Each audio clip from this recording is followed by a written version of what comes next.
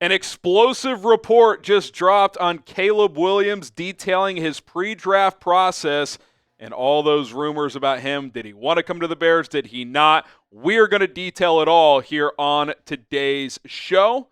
But first, I want to remind you guys to subscribe to the channel. We are trying to get to our next milestone of 124,000 subs. When big news drops, we hit you with a video.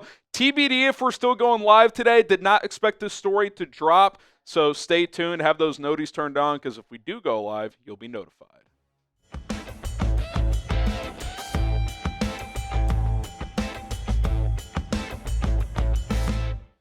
All right, Seth Wickersham of ESPN is writing a book, not just about Caleb Williams, but about quarterbacks in general, and a lot of stuff is dropped in the advance of that book release about the pre-draft process. There were a lot of rumors leading up to the draft last year about Caleb, his dad. A lot of this is about his dad and his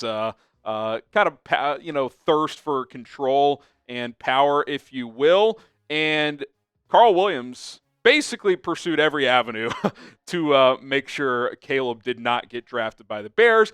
That obviously did not end up playing out, so we're going to kind of detail it all. So stick with us. We're going to go quote by quote. I'm going to react. I encourage you to stay till the end of the video because what matters is the here and now, and the here and now is in a good place, I think, when it comes to the Bears and Caleb Williams. So we'll start with this. Carl Williams, Caleb's dad, says, Chicago is the place quarterbacks go to die. Is he wrong? I mean, I think some of this stuff is going to frustrate Bears fans and frustrate us as Bears fans, and I get it. Like, there's an emotional thing, but like, is he wrong? I think that's a fair comment and concern to have if you look at the history of the Bears. The Bears have a lot of good and rich history. They also have a history of not being able to develop talented quarterbacks. It's kind of hard to argue with him when it comes to that, given the just recent history. Look, Mitch Trubisky should have never gone number 2, but still went top 5 and was terrible. Justin Fields was a very talented prospect. Didn't work out. I think in the end, he probably just wasn't good enough, but I don't think, and I think this really will be outlined in here, I don't think he was coached properly, and I definitely don't think Caleb was in his first year either. Caleb, to confidants, people in his inner circle before the draft, early on in the process, asking, do I want to go there? I don't think I can do it with Shane Waldron, which is so fascinating, and I kind of feel like an idiot looking back at this because remember when they hired Shane, it was like, oh, this guy's got multiple years of play calling experience. He was one of the coaches at that camp that Caleb attended as a high school. There's a relationship there. Clearly they didn't do enough research because clearly Caleb did not have a connection with Shane. He did not respect Shane, at least in some regard. I don't know, as a guy, as a play caller, whatever. I'm sure he thinks he's fine as a guy. But it brought me back to this photo. Remember in that embarrassing Patriots loss, which was Waldron's last game as the play caller? They're getting smoked. They have 3 points, and Shane is laughing, talking to Caleb on the sideline. Caleb's like, dude, just get away from me. It's just like, we are just stinking up the joint here. Like, that relationship was doomed from the start.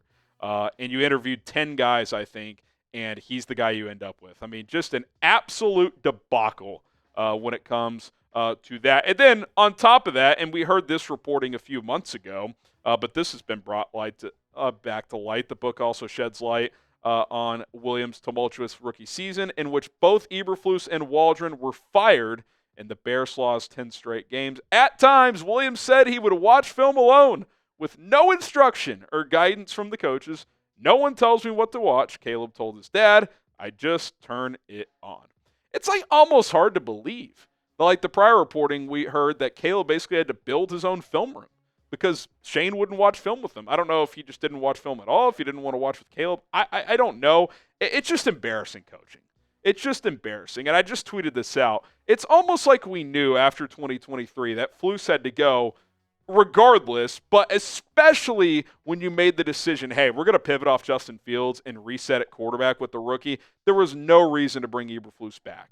And everyone on the planet knew that except for the Bears. And quite frankly, I think people in the Bears organization thought the same. I just don't think George McCaskey was going to fire a coach after 2 years. I think that's what it came down to. And so you keep Flus. Players don't really believe in him. You hire Shane Waldron, who yeah, statistically the Seahawks had some success there, but then you see the Jackson Smith and Jigba clip, and you're like, oh, that seems worrisome. You hear him talk at the podium the first time. It's like, this guy's awkward as fuck. He's going to develop Caleb Williams. He hires Kerry Joseph as his QB's coach, who has very limited experience. Just looking back at it, just really, really bad process.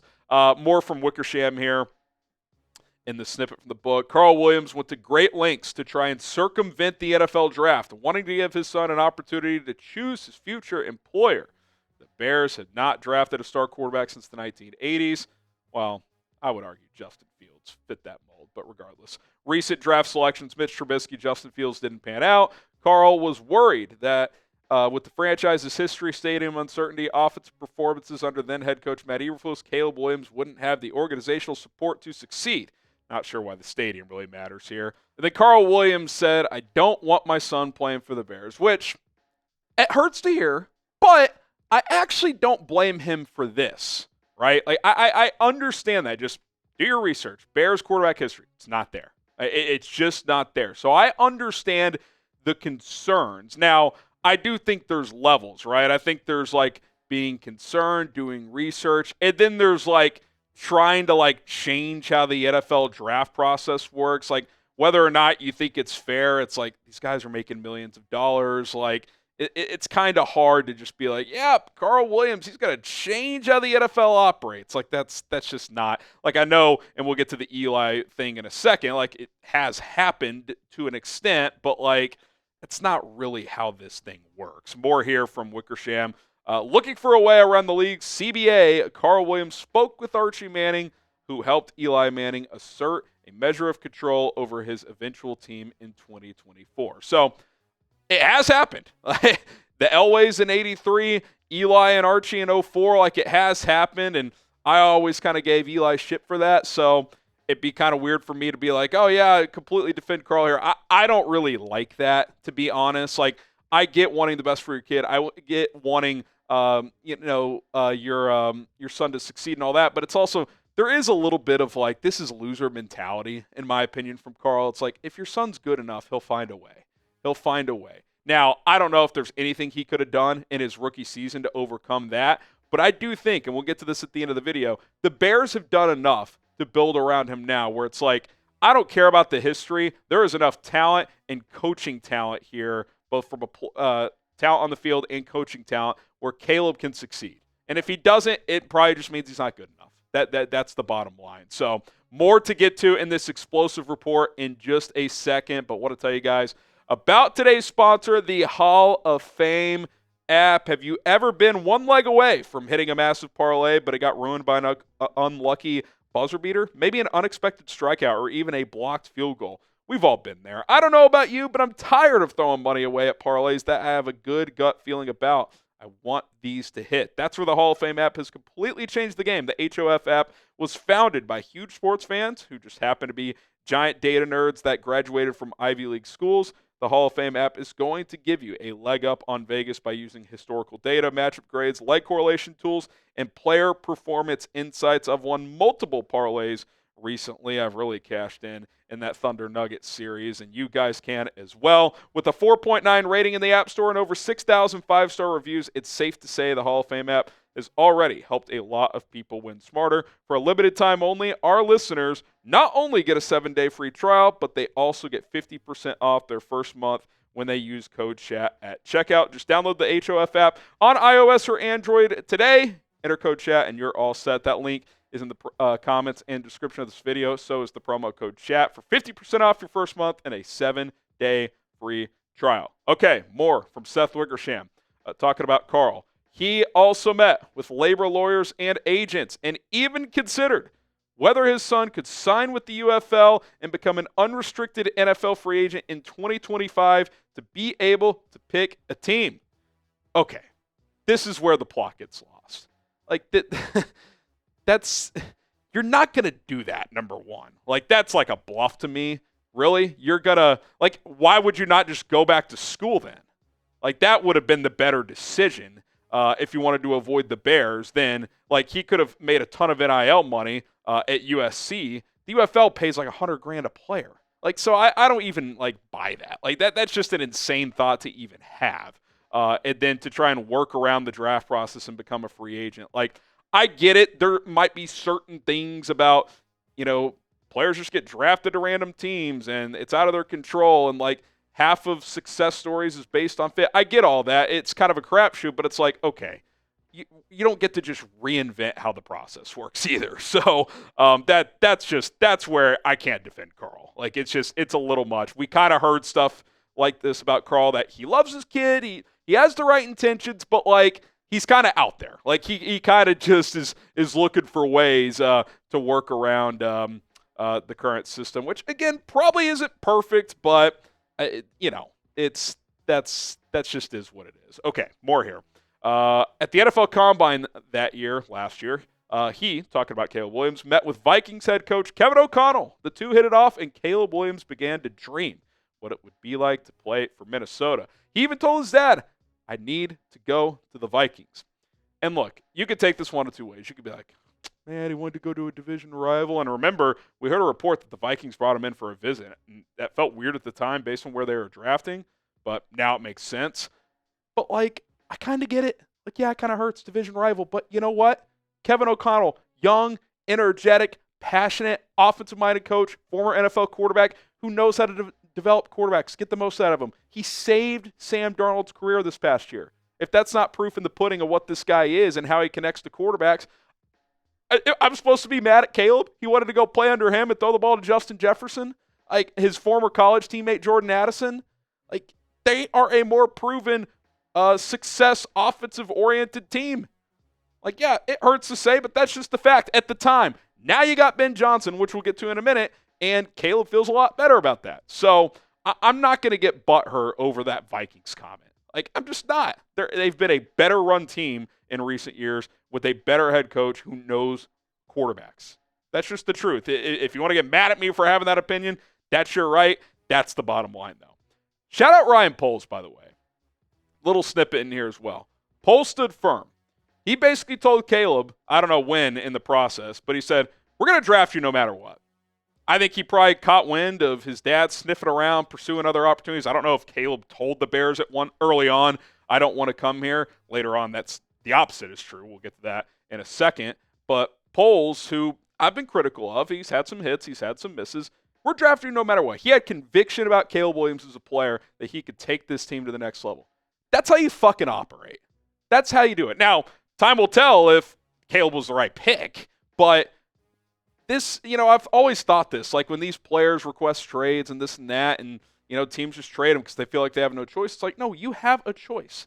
Like, they are under contract. Now, there are certain situations where players getting screwed. Trey Hendrickson, good example. He's making $15 million, and players he's better than are making 35. Like, that's a different situation. But, like, just be like, no, I'm not going to trade you. You don't want to play for me? You can sit at home, but you're under contract with us. And shout out to Poles, man. Like, hey, man, you're our guy.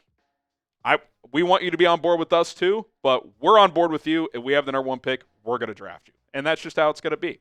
And so I give the Bears GM a lot of credit for doing that.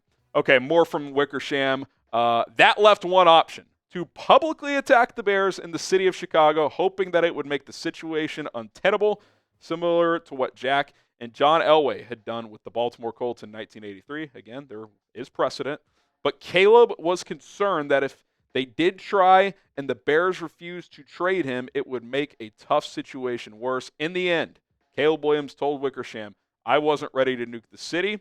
And then Caleb said, I can do it for this team. I'm going to the Bears. That's what he told his dad after he took his top 30 visit to Halas Hall. So in the end, was Caleb doing cartwheels and jumping jacks about going to the Bears? Probably not. Were there probably still some reservations there? Probably.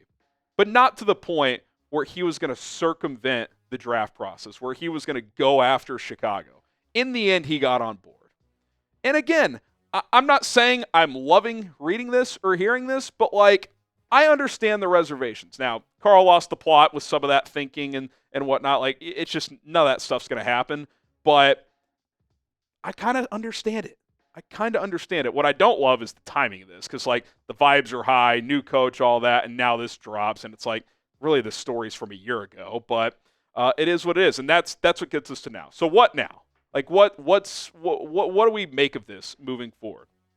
Well, Seth Wickersham also detailed Caleb's mindset since the hiring of Ben Johnson, and this was a quote from Caleb to reporters back in April saying, being able to be in this position, being able to have the first year the way I did, ups and downs, and then to be able to come in here, be as confident as I was last year, possibly even more, to be able to get in here with this group that we have. I can't wait to get to work with these guys. Him, talking about Ben Johnson, pushing me is key.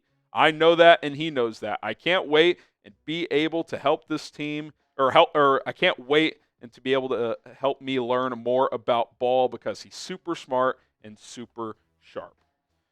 So the way I'm choosing to digest this is, again, I don't love seeing all that. It's not great. It's a distraction. But I also do get it. There were legitimate reasons to be wary of the Bears.